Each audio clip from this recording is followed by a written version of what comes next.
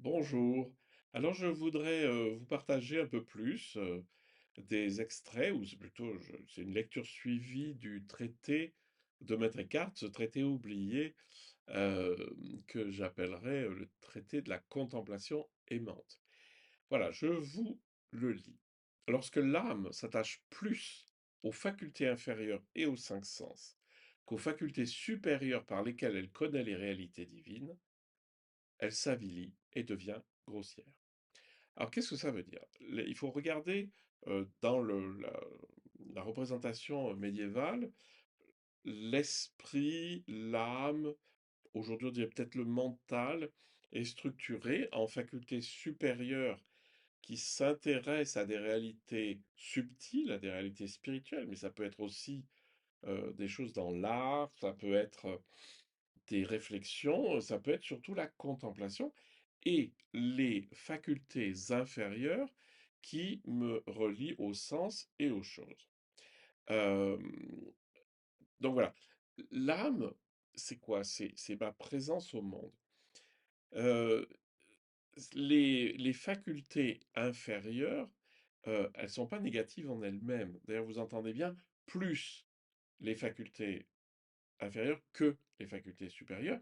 Ça veut dire, voilà, il y a une espèce de balance, évidemment qu'il faut s'intéresser aux choses du monde et aux choses spirituelles aussi.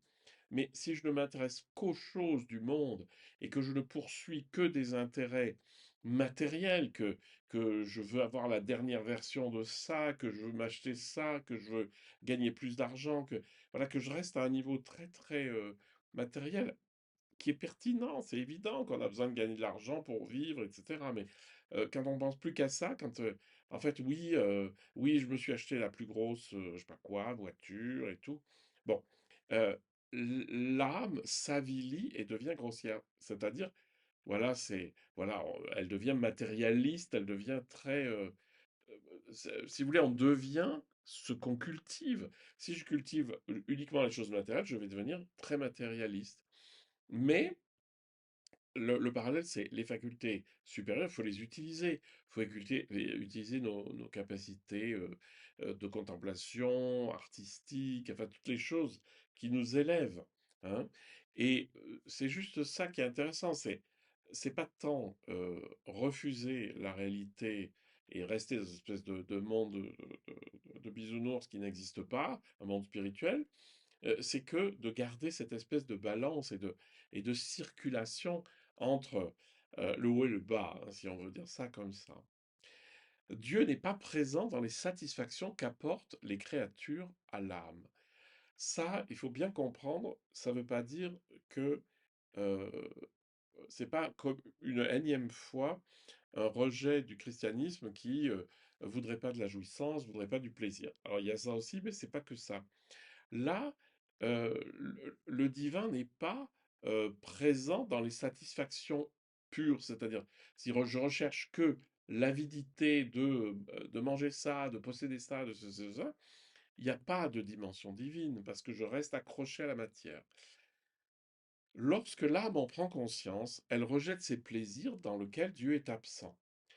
Alors, c'est-à-dire, elle rejette cette manière de vivre, c'est-à-dire où finalement le but c'est d'avoir le dernier, ceci ou cela, hein? Et c'est ça qu'on va moins poursuivre des intérêts, heu, qui sont légitimes en eux-mêmes, mais lorsqu'ils sont uniquement matérialistes, beh, finalement on se rend compte qu'on a besoin de très peu de choses et on poursuit beaucoup moins les satisfactions des créatures, parce qu'on va pas toujours chercher une satisfaction là, ah bah tiens, je vais aller prendre l'avion pour aller faire un week-end à tel endroit, ah, je vais faire ci, je vais faire ça, je vais faire ci, je vais faire ça, je vais prendre ceci, je vais prendre cela, je vais acheter ceci, je vais acheter cela. Donc dans une optique consumériste, on se rend compte que le divin, c'est-à-dire l'ouverture sur les réalités spirituelles, n'est pas présente à l'âme. Voilà, c'était une petite citation du traité de la contemplation aimante.